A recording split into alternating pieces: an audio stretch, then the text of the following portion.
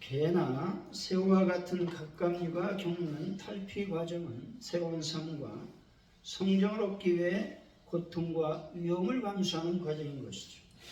개의 몸을 보호하는 단단한 껍질은 생존에 필수적입니다. 그러나 이 껍질은 몸이 커지는 것을 허락하지 않습니다. 개가 더 이상 성장할 수 없을 정도로 껍질이 비좁아지면 생존으로 해반듯이 이 낡은 껍질을 벗어던지는 탈피 과정을 거쳐야 하는 것이죠. 탈피 직전 개는 낡은 껍질과 몸 사이에 새로운 껍질을 만들기 시작합니다. 몸속에서 성장이 이루어지면서 낡은 껍질에 가해지는 압력은 최고조로 달하며 개는 활동을 중단하고 은밀한 곳에 숨습니다. 개는 자신의 등 뒤쪽이나 껍질과 몸을 잇는 가장 취약한 부분을 터뜨리고 그 좁은 틈을 통해 몸 전체를 조심스럽게 밀어내는 것입니다.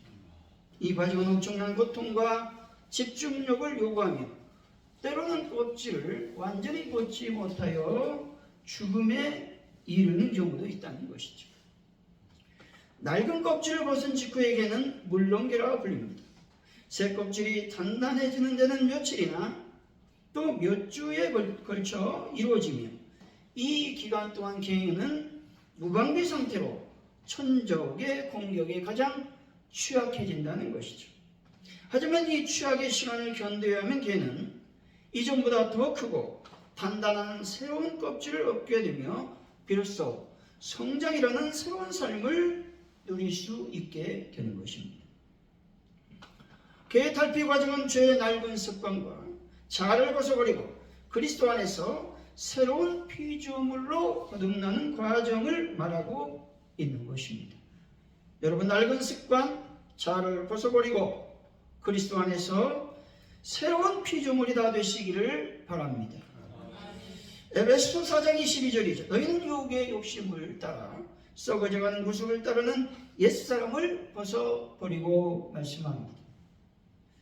여기서 옛사람은 우리가 잘 알고 있듯이 우리가 그리스도를 만나기 전 아담의 죄된 본성을 따라 살아갔던 자아 전체를 의미하는 것이죠. 옛사람의 특징은 첫째로 육의 욕심을 따라 산다는 것입니다. 합리적 필요가 아닌 순간적이고 파괴적인 죄의 유혹과 욕망에 지배당하는 삶을 살게 된다는 것이죠. 둘째, 썩어져 간다고 말씀합니다. 이 말은 도덕적이고 영적인 타락, 죽음으로 이어진다는 말이죠. 셋째, 구속을 따르게 된다고 말씀합니다.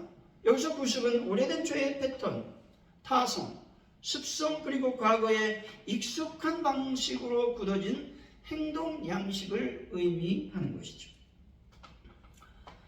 또한 옛 구습을 벗어버리라고 말씀하죠.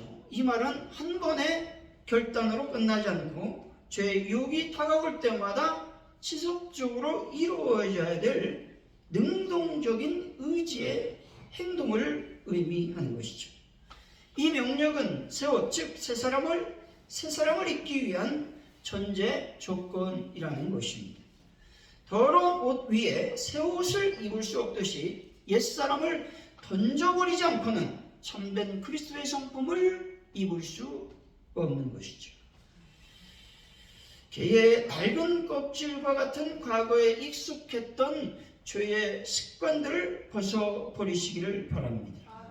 다시 말해 게으름, 시기, 분노, 음란, 세상적인 가치관, 물질 만능주의, 화학 만능주의, 그리고 습관적인 죄의 굴레에서 벗어나는 분들이 되시기 바랍니다.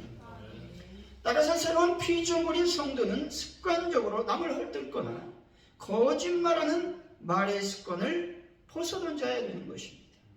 그리고 하나님의 뜻과 무관하게 스마트폰이나 TV에 중독되어 시간을 낭비하는 습관 역시 벗어던져야 되는 것이죠.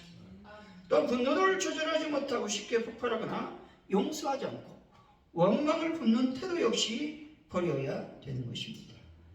여러분, 이 모든 옛 습관, 옛 자아를 벗어던지고 새하늘과 새 땅의 삶을 살아가는 분들이 되시기를 바랍니다.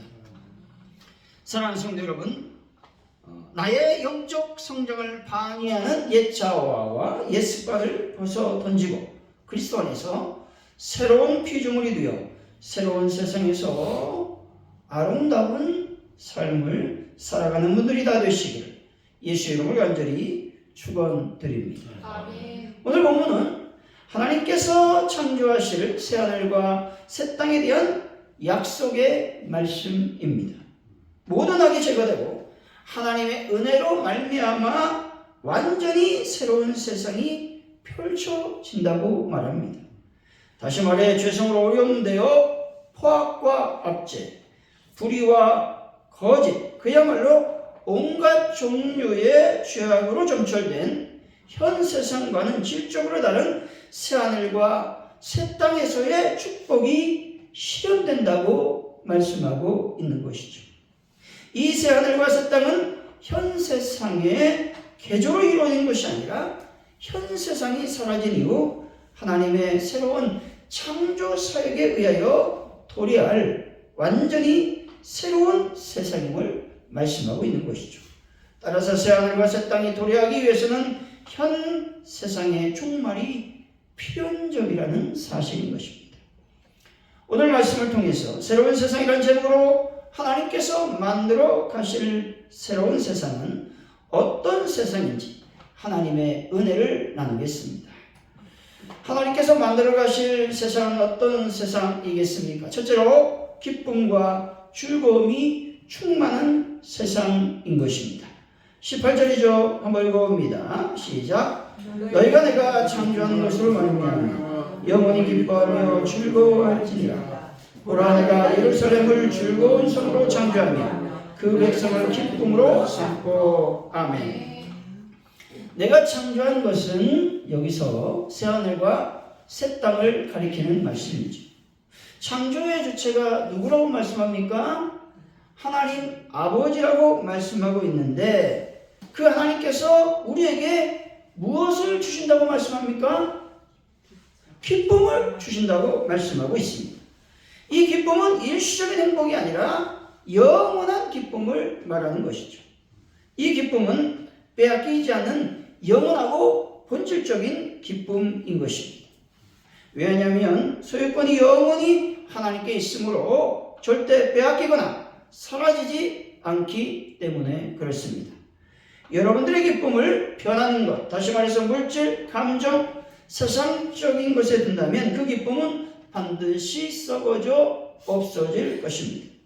하지만 기쁨의 근원을 창조하신 하나님께 둔다면 그 기쁨은 영원한 것이 될 것입니다. 여러분, 기쁨의 근원을 하나님께 두심으로 돈으로 살 수 없는 영원히 마르지 않는 기쁨의 샘을 맛보는 분들이 되시기를 바랍니다. 19절이죠. 한번 읽어봅니다. 시작. 내가 예루살렘을 즐거워하며 나의 백성을 기뻐하리니 우는 소리와 부르짖는 소리가 그 가운데서 다시는 들리지 아니할 것이며. 아멘. 예루살렘의 역사는요, 우는 소리와 부르짖는 소리로 가득했다는 것이죠. 다시 말해 예루살렘은 고통, 포위, 파괴, 포로의 울음소리가 가득했던 도시였습니다. 그러나 하나님께서 이런 모든 우는 소리와 부르짖는 소리를 멈추시겠다고 말씀하고 있습니다. 이것은 창조 질서가 깨지기 전 에덴 동산에서 하나님과 인간이 기쁨 속에서 교제했던 관계가 완전히 회복되는 것을 의미하고 있습니다. 하나님의 가장 큰 기쁨은 바로 여러분 그 자체라고 말씀하고 있는 것이죠. 다시 말해 하나님은 우리 모습 자체를 보고 즐거워하시는 것이죠. 왜냐하면 이는 우리의 행위나 성과가 아니라 예수 그리스도 안에서 우리가 하나님의 자녀가 되었다는 사실 때문입니다. 때문에 여러분 미래의 울음소리가 없을 것이라는 약속을 굳게 믿으시기 바랍니다. 또한 현재의 슬픔도 종식될 것임을 보증해 주셨음도 믿는 분들이 되시기를 바랍니다. 프랑스의 화학자이자 미생물 학자인 루이 파스테르의 삶은 인류의 질병과 고통을 감소시킨 인물입니다. 그가 발견하기 전까지 사람들은 질병이 나쁜 공기나 자연 발생설에 의해 생긴다고 믿었습니다. 그러나 파스텔은 이 오래된 통념에 도전했습니다.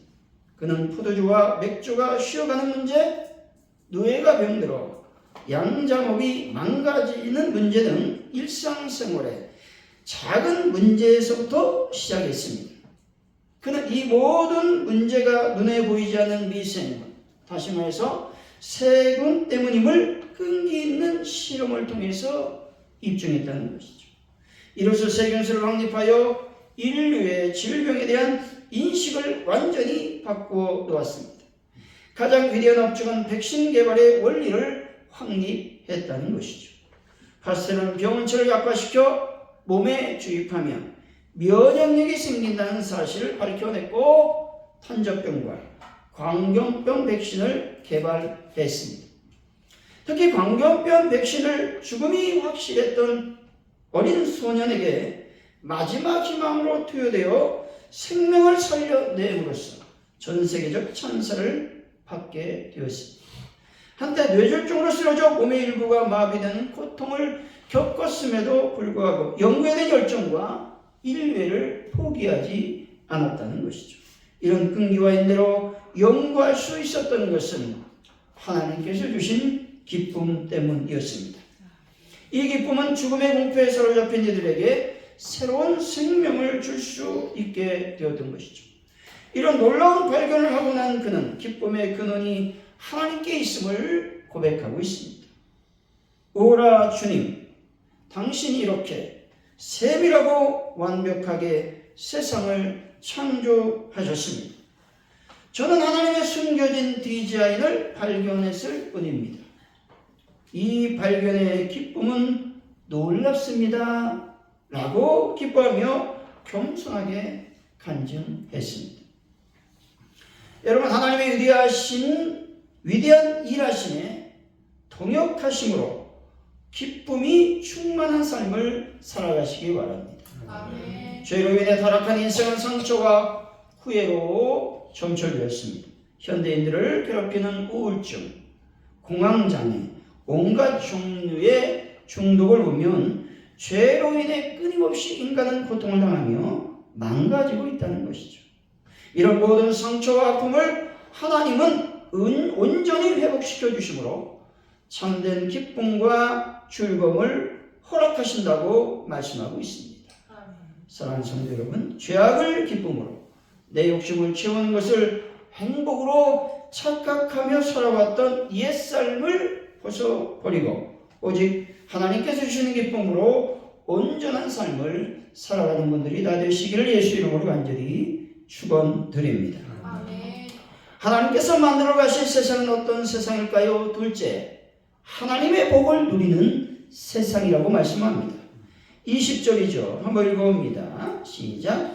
거기는 날수가 많지 못하여 죽는 어린이와 수완이 차지 못한 노인이 다시는 없을 것이다.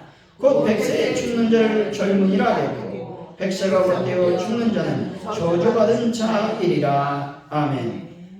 첫째, 하나님의 복은 단명하지 아니하고 장수를 누리는 복이라고 말씀합니다. 구약시대의 이스라엘에게 자녀를 먼저 잃는 것, 또 노년에 평안을 누리지 못하고 일찍 죽는 것은 저주와 고난의 가장 명백한 증거였다는 것이죠. 하지만 새 세상에서는 요조라는 비극이 다시 없을 거라고 말씀하고 있습니다. 다시 말해서 100세까지 장수한다고 말하고 있는 것입니다. 둘째, 하나님의 복은 수구의 복을 말하고 있습니다. 21절이죠. 시작. 그들이 가옥을 건축하고 그 안에서 포도나무를 심고 열매를 먹을 것이며. 아멘. 가옥을 건축하는 수고, 포도나무를 심는 수고가 헛되지 않고 결실을 맺게 된다는 것입니다. 본절은 구약의 저주 목록의 정반대의 말씀인 것입니다. 하나님 백성이 불순종했을 때 징벌은 어떤 것이 있었습니까? 건축했는데 거기서 살지 못했습니다. 포도나무를 열심히 심었습니다. 열매를 먹지 못하는 것이었습니다. 이것은 곧 외세의 침략, 또 약탈, 그리고 내부의 심각한 사회적 불의와 착취를 의미하고 있는 것입니다. 노동의 정당한 대가가 강탈당하는 가장 비참한 삶이었던 것이죠. 하지만 새 세상에서 하나님은 수고의 완전한 보장을 선언하고 있습니다. 내가 지은 집에서 내가 살고 내가 심은 것을 내가 먹는다는 것이죠. 이것은 노동의 정당한 가치가 100% 존중되고 실현되는 완전한 경제적, 사회적 정의가 회복되었음을 말씀하고 있는 것입니다. 수고한 것이 헛되지 않는다는 말은 타인의 착취가 사라진다라는 말씀인 것이죠. 22절이죠. 읽어봅니다. 시작. 그들이 건축한 데에 타인이 사지 않을 것이며 그들이 심은 것을 타인이 먹지 아니하리니 이는 내 백성의 수완은 나무의 수완과 같겠고 내가 택한 자가 그 손으로 일한 것을 길이 누릴 것이며. 아멘. 내가 건축한 집에서 타인이 산다라는 말은 억지로 내 집을 빼앗겼다라는 말인 것이죠. 내가 심은 것을 타인이 먹는다라는 말 역시 내 것을 착취당했다라는 의미인 것입니다. 이런 착취가 없는 세상이 되었다라는 말은 하나님께 새로운 세상의 질서를 만드셨다라는 말씀인 것이죠. 하나님께서 택하신 백성은 영원한 시간 속에서 자신의 노동의 열매를 누리게 될 것입니다. 셋째, 하나님의 복은 자손의 안전이 보장이 된다라는 것입니다. 23절이죠. 읽어봅니다. 시작. 그들의 수고가 헛되지 않겠고 그들이 생산한 것이 재난을 당하지 아니하리니 그들이 여호와의 복된 자의 자손이요 그들의 후손도 그들과 같을 것이니라. 아멘. 이 세상은 환난과 재난을 당할 수밖에 없는 위험한 요소들이 존재합니다. 사건과 사고를 만날 수가 있습니다. 갑작스럽게 여러분 목요일인가요? 금요일인가요? 이 배관이 터졌잖아요. 그래서 뭐 난리가 아니었습니다. 그래도 저희 아파트는 수조가 잘 건축돼서 물이 잘 나왔어요. 감사하죠. 어쨌든 대부분 금요일 저녁에 물이 떨어진 분들이 있었어요. 얼마나 힘들겠습니까? 물이 없으면 먹을 수도 없고 또 씻을 수도 없는 일이잖아요. 뿐만 아니라 자연재해도 당할 수 있다는 것입니다. 하지만 새 세상에서는 하나님께서 안전하게 우리 자신뿐만 아니라 자손 및 후손들을 보호해 주신다고 말씀하고 있습니다. 여러분, 장수의 복과 수고의 복과 안전이 보장되는 복을 받는 분들이 되시기를 바랍니다. 아멘. 출애굽기 16장 14, 15절의 말씀이죠. 그 이슬이 마른 후에 광야 지면에 작고 둥글며 소리같이 가는 것이 있는지라 이스라엘 자손이 보고 그것이 무엇인지 알지 못하여 서로 이르되 이것이 무엇이냐 하니 모세가 그들에게 이르되 여호와께서 너희들에게 주어 먹게 하신 양식이라 말씀하고 있습니다. 이스라엘은 출애굽 후에 극한한 환경인 광야에서 살아야 했습니다. 먹을 것도 마실 것도 고기도 쉽게 구할 수 없는 오지가 광야였던 것이죠. 이때 하나님께서 만나를 허락해 주셨습니다. 만나는 매일 아침에 내렸으며 이것은 하나님께서 이스라엘 백성에게 매일의 필요를 채워주시겠다라는 약속의 증거였습니다. 이런 만나의 공급은 하나님께서 성도들에게 주시는 염려와 걱정을 내려놓게 하는 하나님의 복이었습니다. 따라서 하나님께서 성도들에게 주시는 복이 있음을 기억하시기 바랍니다. 그리고 미래에 대한 염려, 과거에 대한 후회를 하나님께 맡기시고 하나님께서 주시는 은혜, 평안을 누리는 삶을 살아가시기 바랍니다. 아멘. 사랑하는 성도 여러분, 오늘의 필요를 채우시는 하나님께서 성도들에게 놀라운 복을 허락해 주셨음을 믿으시고 오늘도 건강, 시간, 자원을 감사함으로 하나님 안에서 사용하는 분들이 되시기를 예수 이름으로 간절히 축원드립니다. 하나님께서 만들어 가실 세상은 어떤 세상일까요? 셋째, 참된 평화를 누리는 세상이 될 것이라고 말씀합니다. 24절이죠. 한번 읽어봅니다. 시작. 그들이 부르기 전에 내가 응답하겠고 그들이 말을 마치기 전에 내가 들을 것이며. 아멘. 하나님께서 부르기 전에 응답하시겠다고 말씀합니다. 보통 기도는 우리가 먼저 하나님을 부르고 그 후에 하나님이 응답하신다는 것이죠. 그러나 새 세상에서는 우리가 입을 열어 간구하기도 전에 하나님께서 우리의 필요와 마음의 소원을 미리 하시고 그에 맞는 응답을 준비하신다고 말씀합니다. 이것은 하나님이 전능하시다는 사실을 넘어 백성을 향한 그분의 애정과 사랑을 보여주는 말씀입니다.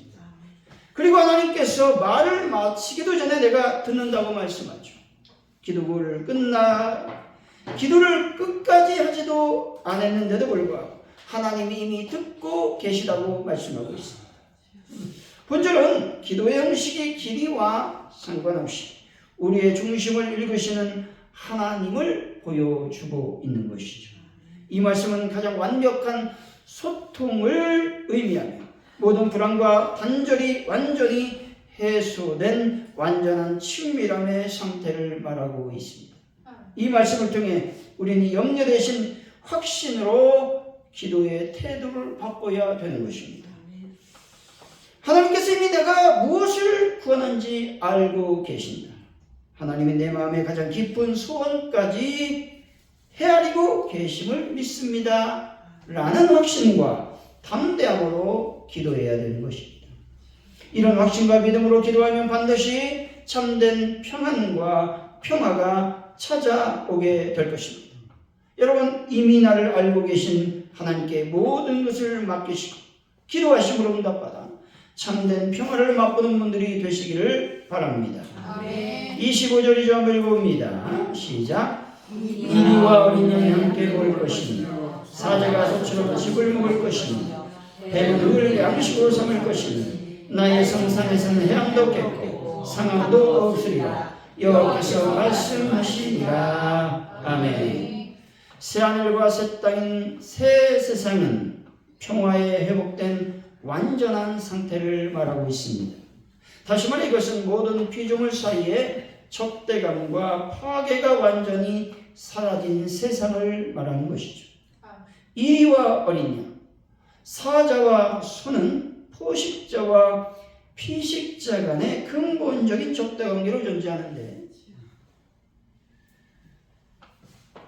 새 세상에서는 이런 관계가 완전히 사라진다는 것입니다.